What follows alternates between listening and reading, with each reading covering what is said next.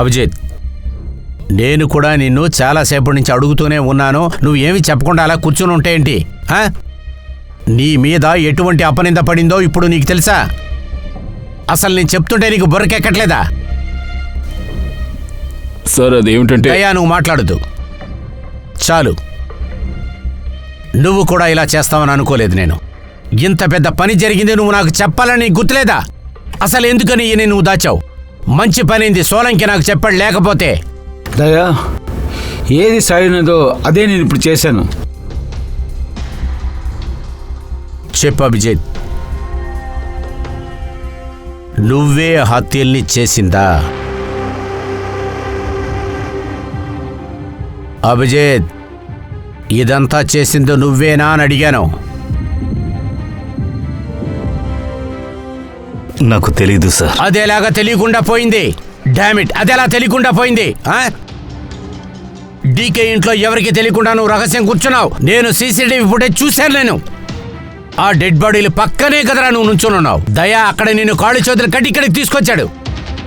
DK మీద, body guards మీద తగిలిన బుల్లెట్స్ అన్నీ నీ గన్లోంచి వచ్చినవే కదా, నీ గన్లోంచే షూట్ అయినాయి. అడిగితే నాకేమీ తెలియదని నువ్వు చెప్తున్నావు. తలకాయ ఎత్తి నా కళ్ళు చూసి సమాధానం చెప్పు. అసలు నీకు ఈ హత్యల గురించి ఏమీ తెలియదని చెప్తున్నావు. దయచేసి నువ్వు నా దగ్గర అబద్ధం చెప్పొద్దు. తెలీదు సార్, నాకు ఏమీ తెలీదు సార్. నేను మీకు ఏం చెప్పను, ఏమని చెప్పమంటారు సార్? నాకు అస్సలు ఐడియా లేదు నేను డీకే ఇంటికి ఎందుకు వెళ్ళానని. ఈ హత్యలన్నీ నా గన్నుతో ఎలా జరిగాయో నాకు తెలీదు సార్. సార్ నాకు డీకేనే తెలీదు సార్. నాకు బాడీ గార్డ్స్ కూడా తెలీదు సార్. నాకు మందిరా కూడా తెలీదు సార్. నాకు నేనే అర్థం కావట్లేదు సార్. నేను ఎక్కడికి వెళుతున్నాను, ఎవరిని కలుస్తున్నాను ఏమీ తెలీదు, అర్థం కావట్లేదు. గత కొన్ని రోజులుగా నా జీవితంలో ఏవేవో జరుగుతున్నాయి, కానీ అవన్నీ నాకు సరిగ్గా అర్థం కావట్లేదు. రోజంతా అన్నీ సరిగ్గా ఉన్నట్టున్నాయి. రాత్రి ఇంటికి వెళుతున్నాను, తినేసి ఆ తర్వాత నిద్రపోతున్నాను. కానీ ఉదయం నిద్ర లేచి చూస్తే విచిత్రమైన డ్రెస్సు, విచిత్రమైన షూలు అవి నావి కావు. అవన్నీ నా ఇంటికి ఎలా వచ్చాయో తెలీదు. ఆ డ్రెస్సు వాషింగ్ మిషన్లో వాష్ అవుతూ ఉంది. షూస్లో బురద అంటుకుని ఉంది. నాకు ఏమనిపించిందంటే నాకు వాటిని యూజ్ చేసినట్టుగా అనిపించింది. కానీ నాకు ఏదీ గుర్తులేదు. ఎప్పుడు నీరసంగా ఉంది. నేను ఎలా ఫీల్ అవుతున్నానంటే రాత్రంతా నిద్రపోకుండా ఉన్నట్టు. కానీ ఆ టైంలో నేనేం చేశాను అవన్నీ నాకు తెలియదు సార్. ఏమనిపిస్తోందంటే ప్రతిరోజు నా జీవితంలో 6 గంటల నుంచి 8 గంటలు కనిపించకుండా పోతోంది. దాని గురించి నాకు ఏమీ తెలియట్లేదు. ఇప్పుడు మీరంటున్నారు నేను డీకే ఇంటికి వెళ్ళాను అని. ఉండొచ్చు, కానీ నాకు పూర్తిగా తెలీదు. నేను డీకేని అతని బాడీ గార్డ్స్ని చంపాను, అది నాకు తెలీదు. నేను మంత్రాన్ని చంపడానికి ట్రై చేస్తున్నాను, ఎందుకో తెలియట్లేదు. నేను ఏం చేస్తున్నాను, ఎలా ప్రవర్తిస్తున్నాను, ఏ ఒక్క విషయం నాకు అర్థం కావట్లేదు, తెలియట్లేదు సార్.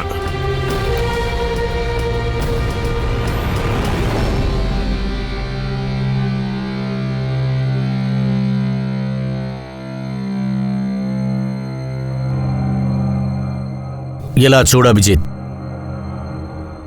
ఇప్పుడు నువ్వు ఇప్పుడు నీతో ఉన్న వాళ్ళకి అపాయకరంగా మారావు. ఇక మీద ఎక్కడికి నేను ఒంటరిగా పంపించలేవు. నేను నిన్ను అరెస్ట్ చేసి ఉంచుదామనుకుంటున్నా. అది కాకుండా దయా పని నువ్వే చెయ్యి.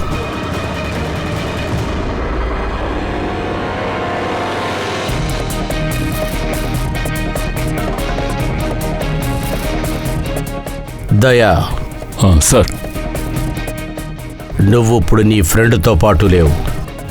దాన్ని నువ్వు ఎప్పుడూ మనసులో గుర్తుపెట్టుకో.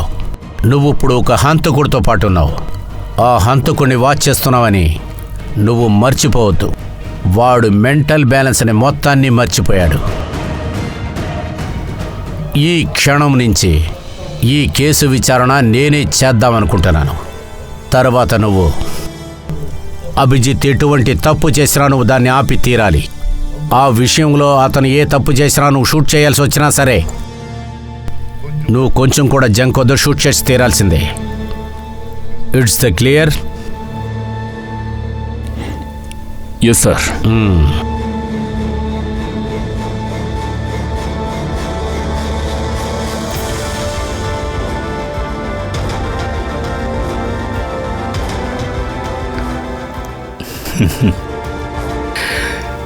చేతులకు సంకెళ్ళు వేయి. అడిగావు కదా, నేను నా మెంటల్ బ్యాలెన్స్ని పోగొట్టుకున్నానా? ఇప్పుడేం చేస్తున్నానో తెలియట్లేదు, అర్థం కావట్లేదు. నువ్వు అడ్డుకోవడానికి చూడు, లేకపోతే నా చేతుల్లో చాలామంది చనిపోయేలా ఉన్నారు. దీన్ని పూర్తిగా అడ్డుకో.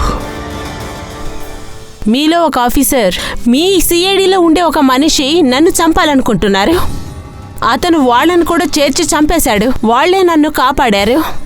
మీరిప్పుడు ఈజీగా చెప్తున్నారు భయపడడానికి ఏమీ లేదని. అతను మీ కళ్ళ ముందే జనాల్ని చంపి వేడుకు చూస్తున్నాడు. ఇప్పుడు కూడా మీరు అంటున్నారు భయపడడానికి ఏమీ లేదని. చాలా బాగుంది. ఇప్పుడు మీరు చెప్పండి, నేను మీ విషయంలో నేను ఎలా నమ్మాలని. ఇప్పుడు మీ దగ్గర ఉన్న ఒక ఆఫీసర్ సీరియల్ కిల్లర్ గా మారాడు. రేపు ఇంకొకరు వస్తారు. చాలు మేడం, ఆపండి. ఆల్రెడీ ఎక్కువ మాట్లాడేశారు. మా ఇన్స్పెక్టర్ అభిజిత్ బాధ్యతగా ఉండే ఒక పోలీస్ ఇన్స్పెక్టర్. తను ఈ దేశం కోసమో ఈ దేశంలో ఉన్న ప్రజల కోసమో తన ప్రాణాల్ని కూడా పణంగా పెడతాడు. కానీ ఎటువంటి పరిస్థితుల్లోనూ వాడు కిల్లర్ అవ్వడు. కానీ వాడి మీద నేరం మోపబడింది. ముగ్గురిని హత్య చేసినట్లుగా నేరం ఉంది. నిరూపించబడింది ఒకే ఒక్కటే, అభిజిత్ తన మెంటల్ బ్యాలెన్స్ పోగొట్టుకున్నాడు. వాడికిప్పుడు పాతవి ఏవి గుర్తులేవు. ఏం చేస్తున్నాడో అది వాడికే తెలియటం లేదు. ఎవరిని కలుస్తున్నాడో ఏం మాట్లాడుతున్నాడో వాడికేం తెలియట్లేదు. అటువంటి వాడిని మనం సీరియల్ కిల్లర్ అని చెప్పకూడదు. నేను ఖచ్చితంగా చెప్తున్నాను, మీ ప్రాణాలకి ప్రమాదం ఉంది. దానికి కారణం ఇప్పుడు మీకున్న ఈ బంధువులు మాత్రమే. ఎక్స్క్యూజ్ మీ, ఎవిడెన్స్ అన్ని మీ ఆఫీసర్కి వ్యతిరేకంగానే దొరికాయి. కానీ మీరందరూ మమ్మల్ని అనుమానిస్తున్నారు. అవును, నాకు మీ అందరి మీద సందేహం. ఇప్పుడు తనెక్కడికి వెళ్ళినట్టు? మీరు వెళ్ళి కాపాడండి. ఆ 3 హత్యలు ఇన్స్పెక్టర్ అభిజిత్ యొక్క గన్ నుంచి వచ్చిన బుల్లెట్స్ తగిలాయి. కానీ ఇప్పుడు మీరేంటంటే ఆ పని మాలో ఒకరు చేశారని చెప్తున్నారు. అరే, మాకు మీ ఆఫీసర్ గన్ను ఎలా దొరుకుతుంది? శిఖర్ గారు, అతి త్వరలోనే మేము అది కనిపెట్టి చెప్తాం. అదే ఇన్స్పెక్టర్ అభిజిత్ గన్ మీ చేతికి అది ఎలా వచ్చిందని కూడా చెప్తాం. సో మందిరా మ్యామ్, ఒక చిన్న రిక్వెస్ట్. 30వ తారీఖు మీరు ఫిక్స్ చేసిన ఆ ఈవెంట్ ఉంది కదా, దాన్ని మాత్రం మీరు క్యాన్సిల్ చెయ్యొద్దు. హంతకుడిని పట్టుకుంటానికి అది ఒక మంచి అవకాశం. ఎందుకంటున్నానంటే ఆ హంతకుడు ఆ ఈవెంట్కి ఖచ్చితంగా వస్తాడు.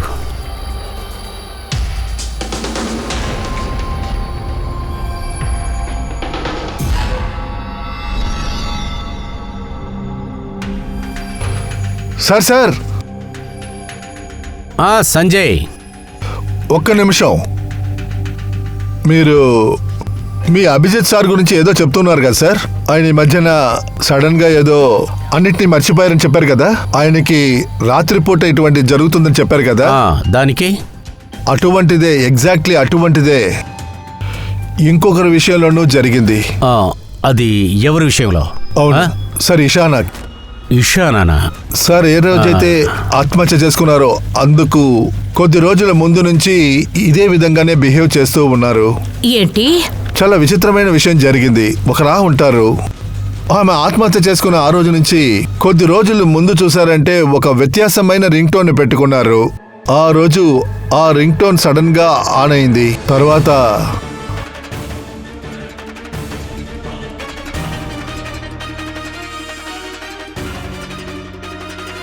అప్పుడు నాకేమనిపించిందంటే దిశానాది కాదు, వేరే ఎవరిదో అనుకున్నాను. సార్, అభిజిత్ గారు ఢిల్లీ నుంచి వచ్చాకే ఇలా బిహేవ్ చేస్తున్నారు. ఇషానా, అభిజిత్, ఢిల్లీ, ఈ మూడిటికి కూడా ఏదో ఖచ్చితంగా కనెక్షన్ ఉంది. ఇందులో ఎవరో ఏదో చేశారు, ఖచ్చితంగా దాక్కొని ఉన్నారు.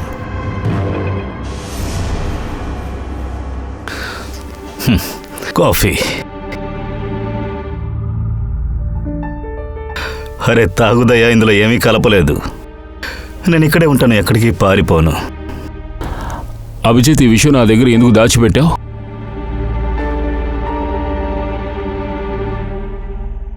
దాచాల్సి వచ్చింది. ఏం చేయమంటావు? నాకు ఆ టైంలో ఏమీ అర్థం కావట్లేదు. నాకు రేపు నేను ఏం చేస్తున్నాను, ఏం చేయబోతున్నాను నేనే కన్ఫ్యూషన్గా ఉన్నప్పుడు నీకేం చెప్పగలను? అంతే, ఇంతకు మించి ఏమీ లేదు. నా మీద నీకు నమ్మకం లేదా, లేక నీకు సహాయం చేసే అర్హత నాకు లేదని నువ్వే నిర్ణయించుకున్నావా? ఏంటి దయ్యా నువ్వు, ఏంటి ఇలా మాట్లాడుతున్నావు? అలాంటిదేమీ లేదు. మరేమిటి? ఇప్పుడు నాకు నువ్వు కొత్త మనిషిలా కనిపిస్తున్నావు. నేను ఇప్పుడు ఎవరితో మాట్లాడుతున్నానో అతను అభిజిత్తేనా లేక ఇంకెవరైనానా అని.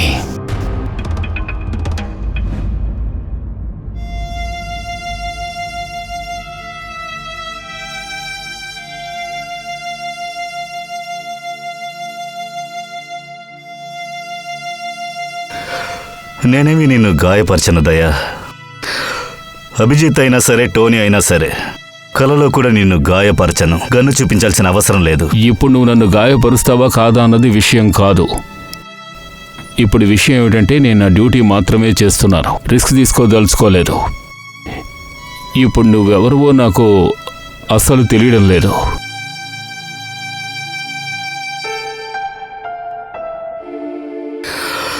సరే, ఎవరు నన్ను అర్థం చేసుకోకపోతే నేనేం చెయ్యాలి?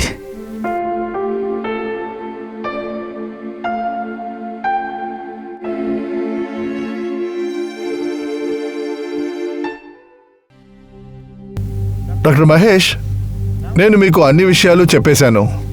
ఇప్పుడు మీకేమనిపిస్తుందో అది మీరు చెప్పండి. చూడండి,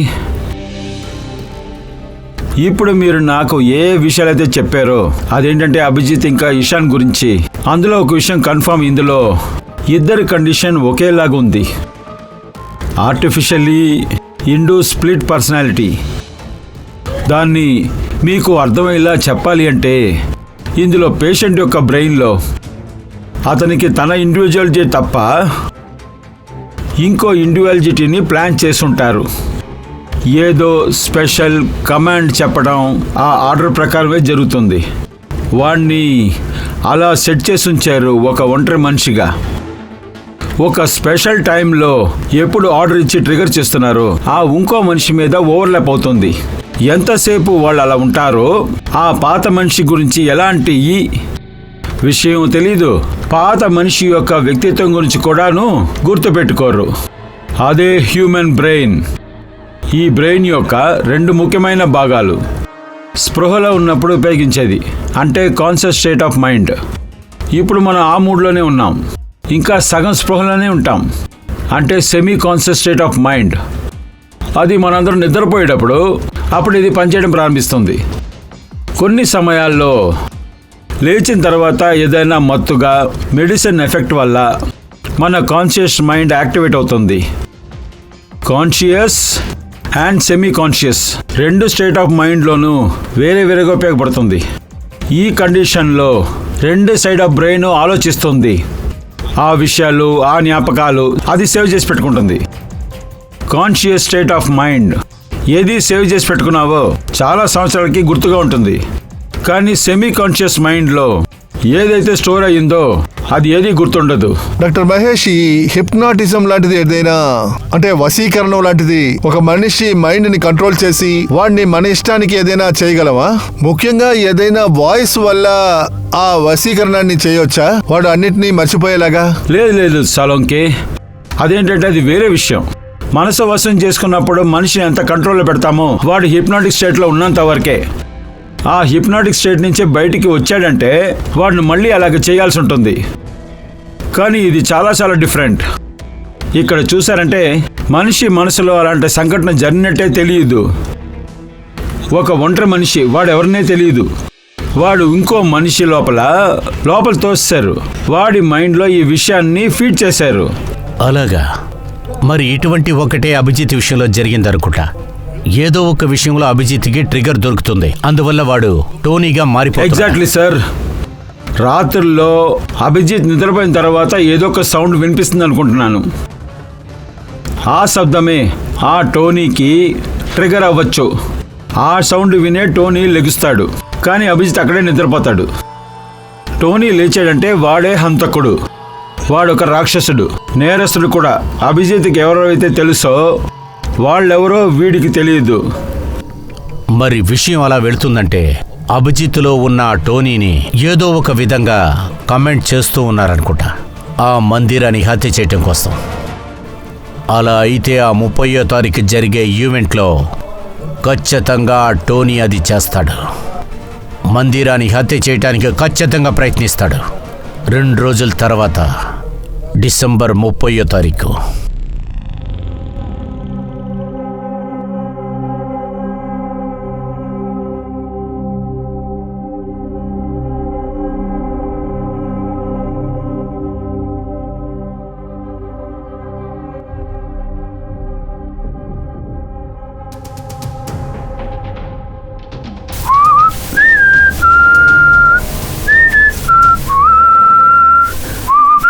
అభిజిత్, అభిజిత్,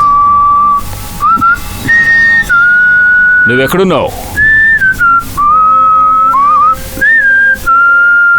అభిజిత్, అభిజిత్, ఏయ్ టోనీ,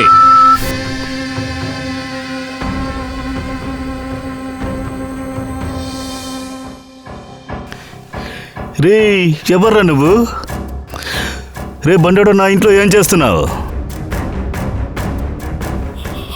అభిజిత్, టోనీ, నువ్వు ఇక్కడి నుంచి బయటికి వెళ్ళడం కుదరదు.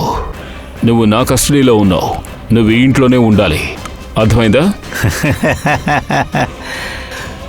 టోనీ వాడి పని చేయకుండా ఉండడురా రే. నేను వెళ్లే దారిలో ఎవడైనా అడ్డొచ్చాడనుకో, కొట్టి లేపేసి పోతూ ఉంటాను. వెళ్ళి పనుండా చూసుకో.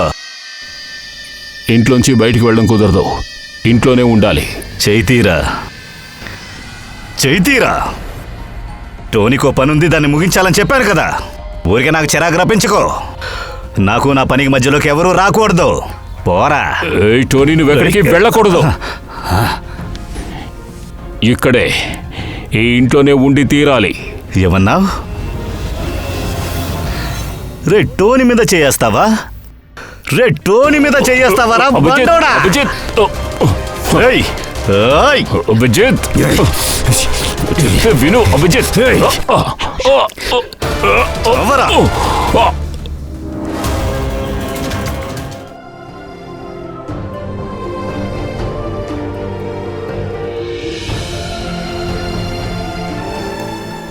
సార్ దయా, సార్ దయా, దయాకేమైంది సార్? సార్ వీళ్ళందరూ అంటున్నారు నేనే దయాని. దయా. వద్దు అభిజిత్, నువ్వు ఇప్పుడు లోపలికి వెళ్ళలేవు. నువ్వే దయ్య ప్రాణాలు తీసేసావు.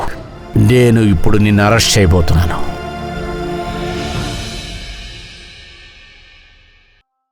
ఈశానా ఫోన్ రికార్డ్స్లో డాక్టర్ తానియా పేరు ఎక్కువగా ఉంది.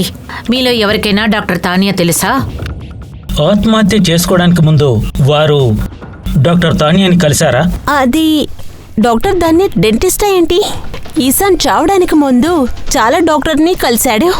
నాకు పేర్లేమీ తెలీదు, కానీ ఒకవేళ అతనై ఉంటాడేమో. నాకు తెలిసినంత వరకు డెంటిస్ట్ అయ్యే అవకాశం లేదు.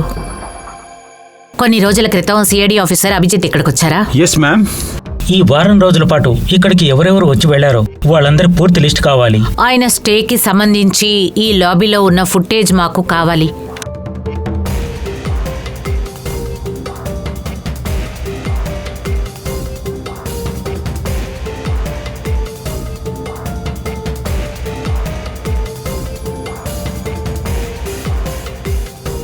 ఆగండి, ఒక నిమిషం, కొంచెం పాస్ చేయండి. ఆ లేడీ ఎవరు? అభిజిత్ సార్ మాట్లాడుతున్నారు. పూర్వి, ఈ లిస్టులో డాక్టర్ తానియా పేరు ఉంది. ఆవిడ కూడా ఇక్కడ స్టే చేశారు. ఎప్పటి వరకు అంటే అభిజిత్ సార్ అక్కడ ఉన్నంత వరకు. అయితే ఈ లేడీ అనుకుంటాను. ఆవిడ పేరేంటి?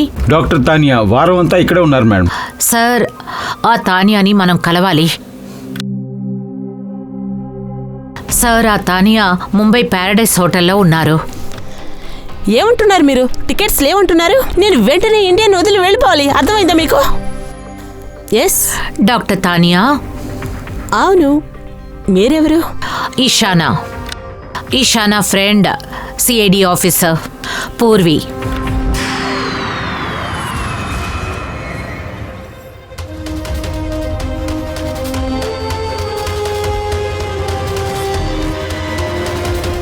తప్పించుకోవడం కష్టం మేడం. ఎక్కడికి పారిపోతున్నారు తానియా మేడం? ఏంటి మీకు ఇప్పుడేం కావాలి? అభిజిత్ విషయంలో నువ్వేం చేశావు?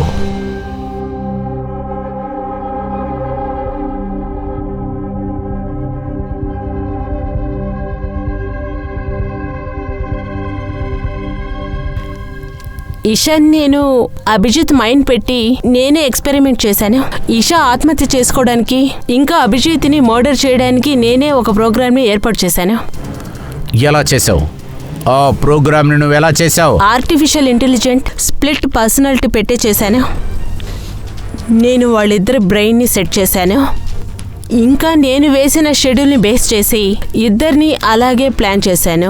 ఎలాగంటే ఆ ట్రిగర్ రింగ్ అవుతుంది, అందులో నుంచి కాల్ వస్తుంది. ఎప్పుడైతే కాల్ వస్తుందో వాళ్ళిద్దరు నా ఆర్డర్స్ని ఫాలో చేయాలి, అది చేసే తీరాలి. అప్పుడు ఆ ఫోన్ నంబర్, ఆ ఫోన్కే కదా కాల్ వస్తుంది. ఇంతకు ఆ నంబర్ ఎవరిది? అదొక పీసీ యొక్క నంబర్. ఇషానే నాకు ఆ నంబర్ ఇచ్చాడు అభిజిత్ బ్రెయిన్లో ఫీడ్ చేయడానికి. నువ్వేమన్నావు? ఇప్పుడు ఏమన్నావు? అభిజిత్ విషయంలో ఇలా చేయమని చెప్పి ఇషానా చెప్పిందా? అది అలా ఉంచు. ఇషానా ఎందుకని ఆత్మహత్య చేసుకుంది? దానికి కారణం ఏంటి? అది చెప్పు. అది కూడా ఈశానే చెప్పాడు, అది చేయమని చెప్పాడు. వాట్? అవునండి, చెప్పింది ఈశాన్ అని, బట్ ఐఎమ్ ష్యూర్ ఇందులో ఎవరో సంబంధం ఉన్నట్టున్నారు. దాని గురించి నాకేం తెలీదు. ఎందుకు? తను ఎందుకని అలా చేయాలి? తనకి ఏమైనా కమిట్మెంట్ ఉంటుందేమో. ఎలాగైనా సరే ఆ విషయంలోంచి అభిజిత్ గారిని బయటికి తీసుకొచ్చి తీరాలి. దీన్ని లాక్కురా. తను బయటికి రాదు. ఎందుకని రాడు? నేను అభిజిత్ బ్రెయిన్ని అంతవరకు ప్రోగ్రామ్ చేశాను. అదేమి హిప్నోటిజం కాదు, అనుకున్న వెంటనే పగలగొట్టడానికి. నేను అభిజిత్ బ్రెయిన్లో ఒక హంతకుడుగా ప్లాన్ వేశాను. టోనీ అతనే ఆర్టిఫిషియల్ ఇండ్యూస్ పర్సనాలిటీ. అతను ఇక్కడ నుంచి బయటకు రాడు. ఒకవేళ నేనే అనుకున్నా కూడా అభిజిత్ బయటకు రాడు. ఒకవేళ అలా చేస్తే అభిజిత్కి పిచ్చి పడుతుంది, ఇంకా బహుశా ప్రాణాలు కూడా పోవచ్చు. అంటే అదేంటంటే ఎప్పుడైతే ట్రిగర్ అవుతుందో టోనీలాగా చంపకుండా వదిలిపెట్టాడు. అతను ఎంతవరకు అనగడంటే అతను నిజంగానే తను చంపకుండా ఉండాడు. దీని మధ్యలో ఎవరొచ్చినా వాళ్ళు కూడా చంపేస్తాడు. మందిరాన్ని చంపే ట్రిగర్ ఏంటిది? నువ్వు అటువంటి ట్రిగర్ ఏమి ఇచ్చావు అభిజిత్కి? ఇషానా కేసులో ట్రిగర్ అనేది ఒక రింగ్ టోన్, కానీ అభిజిత్ కేసులో ట్రిగర్ అనేది ఒక రిమైండర్ టోన్, ఒక డిఫరెంట్ అయిన బీట్. అది నేను అభిజిత్ మొబైల్ సెట్ చేశాను. ఇప్పుడు అభిజిత్ మంత్రాన్ని ఎలా చంపుతాడు? నువ్వు అసలు ఎటువంటి ప్రోగ్రామ్ పెట్టావో చెప్పి తగలడు. అంతవరకు మంత్రాతో కత్తితో గుచ్చుకుంటూనే ఉంటాడు. ఎందుకో తెలుసా? రక్తం ఎక్కువ కారాలి. అదే ఏ టైంకి నువ్వు ప్రోగ్రామ్ చేసి ఉంచావు? 10 గంటలకి. ఓ మై గాడ్, ఇంకా 2 నిమిషాలే ఉంది. దీన్ని అరెస్ట్ చెయ్యి.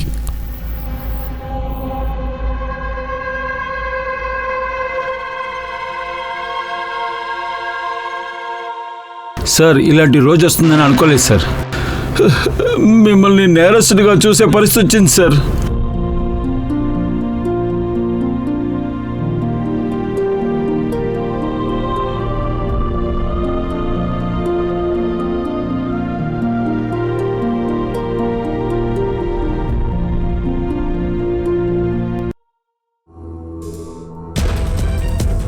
అరే పంకజ్, డామిట్, ఫోన్ తీరా.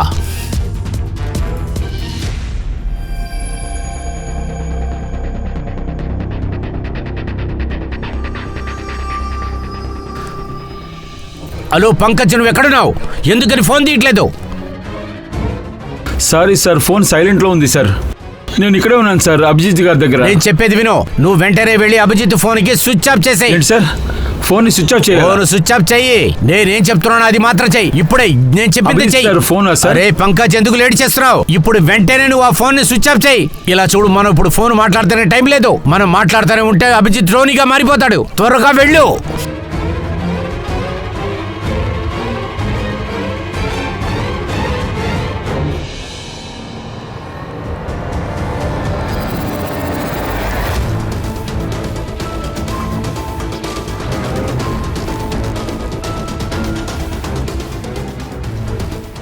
రింగ్ అయిందే.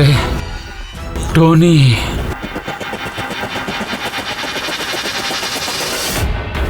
Abhijit sir, Abhijit sir, Abhijit sir, Abhijit sir,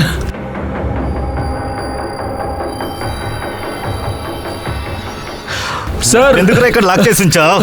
sir, ఈ టోనీనే లాక్ సార్, చేద్దాం వదలండి సార్. అనుకున్నావా? సార్, కంట్రోల్ చేస్తావా? సార్, బండోడా. సార్, ఎవరైనా వదలండి సార్. టోనీకి మంత్రాలకు సార్, మధ్యలో వదలండి సార్. వచ్చారనుకోండి, సార్, చంపేస్తాను. సార్.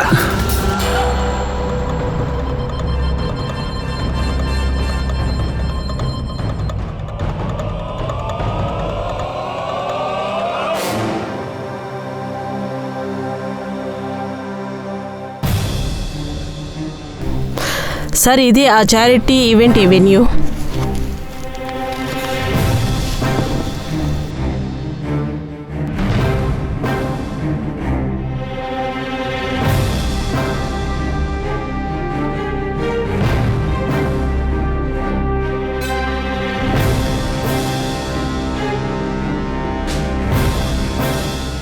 మీరందరూ ఇక్కడే ఉండండి ప్లీజ్.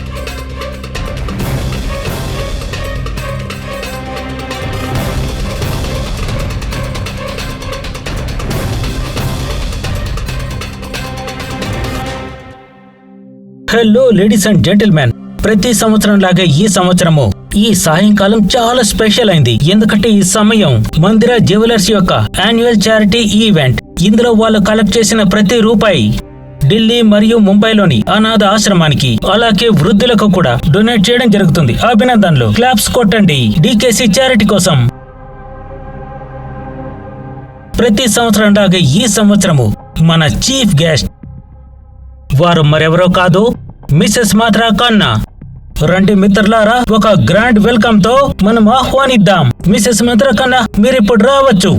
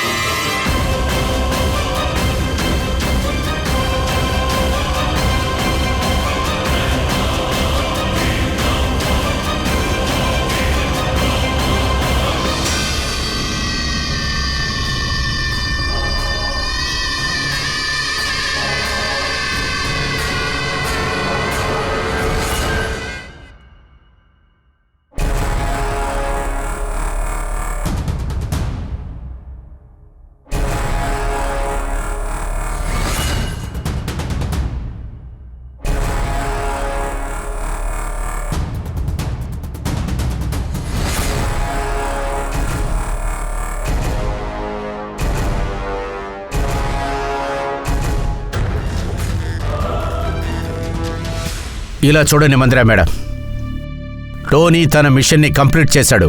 అదేంటంటే మిమ్మల్ని హత్య చేయాలనుకున్నాడు.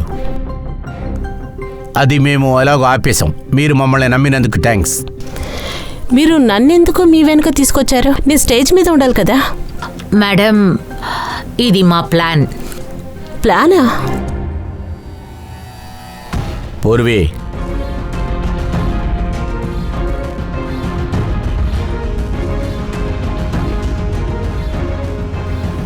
Lights off.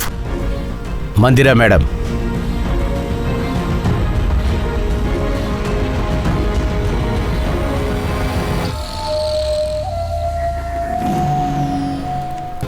మీ ధైర్యాన్ని నేను మనస్ఫూర్తిగా అభినందిస్తున్నాను. Thank you. మామ్ మామ్ మీరు బానే ఉన్నారా? అసలు ఏంటి ఇదంతా? మా అందరినీ గ్రీన్ రూమ్ లో లాక్ చేసి ఏం చేయాలనుకుంటున్నారు? ఈ హంతకుడు వేరేవాడు కదా. సార్ మీరు ఇదంతా మామ్ ప్రాణాల్ని పణంగా పెట్టి చేశారు. ఒకవేళ మామ్కి నిజంగా ఏమైనా జరుగుంటే? మీరు చాలా పెద్ద రిస్క్ తీసుకున్నారు. ఐ హోప్ నో ప్రమాదం పోయింది. ప్రమాదం ఇంకా తొలగిపోలేదు. ఈ ఆట వెనుక ఉన్న మాస్టర్ మైండ్ ఇంకా పట్టుబడలేదు. అది ఇంకా కాస్త మిగిలుంది.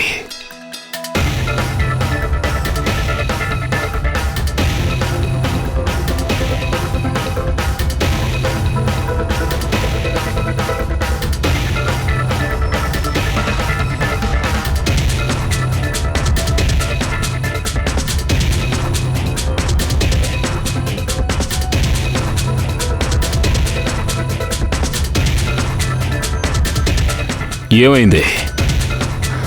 నన్ను చూస్తుంటే షాకింగ్గా ఉందా? ఒక్కొక్కసారి హంతకుల్ని కనిపెట్టడం కోసం మేము చావాల్సి ఉంటుంది. అలాగైతే ఇతను చనిపోయినన్న న్యూస్ నాటకమా? నేను చనిపోయాననుకుని హంతకుడు సంతోషంగా ఉన్నాడు. వాడు గెలిచాననుకున్నాడు. వాడి ఆ ఆలోచనే మేము వాడుకున్నాం. మనం మందిరా మేడం వెనకాలే పరిగెత్తలేదు దయా, మాస్టర్ మైండ్కు వెనకాలే పరిగెత్తాం. కానీ ఒరిజినల్ మాస్టర్ మైండ్ ఎవరు?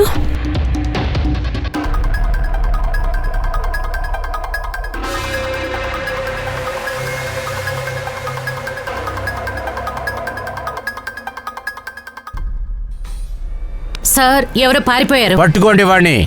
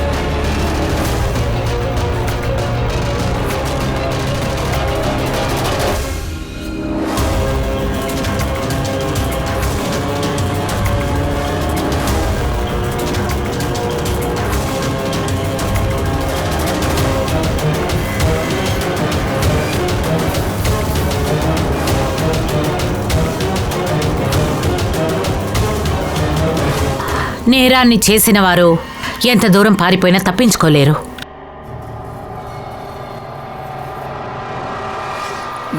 నువ్వేం ఆలోచిస్తున్నావు?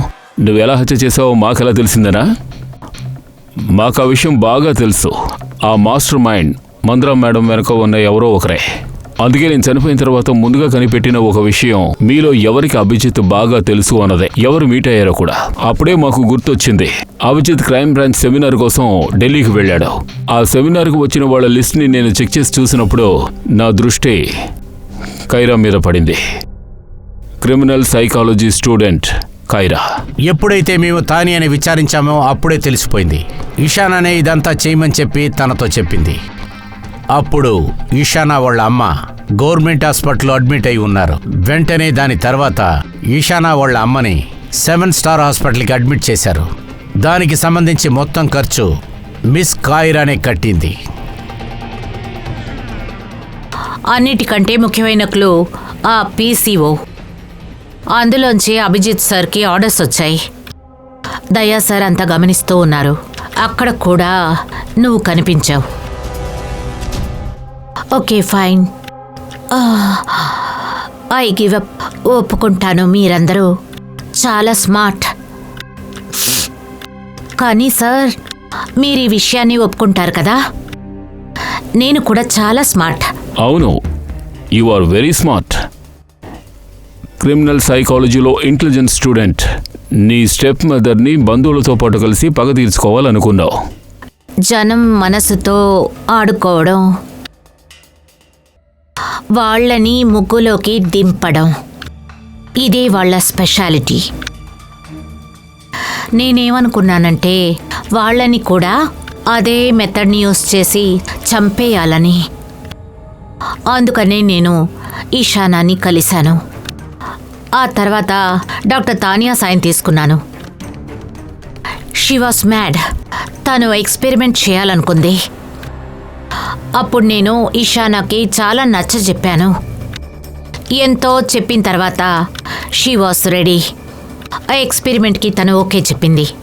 కానీ ఎందుకో కానీ ఐ వాస్ నెవర్ కన్విన్స్డ్.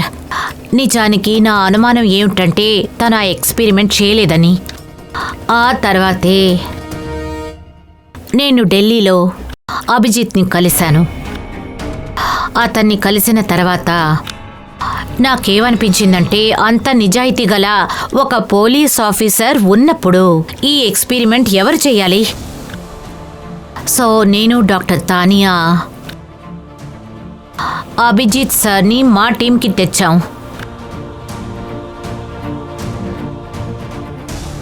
అప్పుడు మా ఎక్స్పెరిమెంట్ని ఆయన మీద చేశాం. కానీ ఇషానా వల్ల మాకు ప్రయోజనం లేదు. అందుకే మా దారి నుంచి అడ్డు తప్పించాం. డీకే తర్వాత వాళ్ళిద్దరు బాడీ గార్డ్స్ వాళ్ళు నీకేం అపకారం చేశారు? ఎందుకని వాళ్ళని నువ్వు నేను చంపావు? ఎందుకు అలా చేశానంటే ఆ నింద మొత్తం అభిజిత్ మీద పడుతుంది. ఆ తర్వాత Abhijit bullet gun hand over చేసుకోవడానికి టోనీ ఉన్నాడు కదా తన మైండ్లో. అంతే. నువ్వు ఎలా ఇంత డేంజర్గా ఉన్నావు కైరా?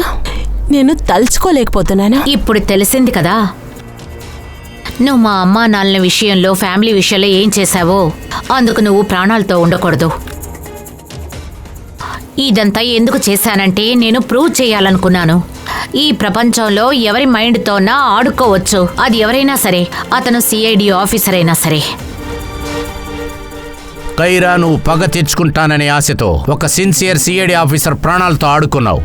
అంతకు మించి నలుగురు అమాయకుల ప్రాణాల్ని బలికొన్నావు. డీకే, ఇషానా, అలాగే మందిరా మేడం ఇద్దరు బాడీ గార్డ్స్. నువ్వు చేసింది మహాఘోరం. చట్టం నిన్ను ఖచ్చితంగా క్షమించదు. నీకు ఖచ్చితంగా ఉరి పడుతుంది. సిద్ధంగా ఉండు. సార్ ప్లీజ్ అదంతా మర్చిపోండి. అదొక పీడ కళ అనుకొని మర్చిపోండి. మర్చిపోవడమా? లేకపోతే మర్చిపోలేదా? చాలా కాదది. ఏంటంటే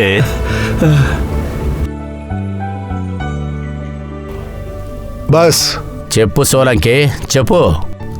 ఎలాగో కేసు సాల్వ్ అయిపోయింది కదా? అవును, కేసు సాల్వ్ అయిపోయింది. కానీ ఏంటయ్యా డౌటు? అభిజిత్ మైండ్ లో టోనీ అనే క్యారెక్టర్ ని ఫీడ్ చేశారు కదా, ఆ పని అయిపోయింది. సరే, ఓకే. ఇక సిగ్నల్స్ ఏమీ రావు. హైరా సౌండ్ వాడికి వినిపించదు. ఇంతకు ముందు మన అభిజిత్ టోనీగా మారుతూ ఉండేవాడు కదా. అదేంటంటే కానీ ఏంటో చెప్పవయ్యా. అది విషయం ఏంటంటే ఆ టోనీ అభిజిత్ మైండ్ లోంచి ఎప్పటికీ వెళ్ళడు. ఏంటి? టోనీ అభిజిత్ మనసులో ఒక పర్సనాలిటీగా మారిపోయాడు. ఆ టోనీ ఎప్పుడు ఎలా బయటకు వస్తాడో ఎవరూ చెప్పలేరు.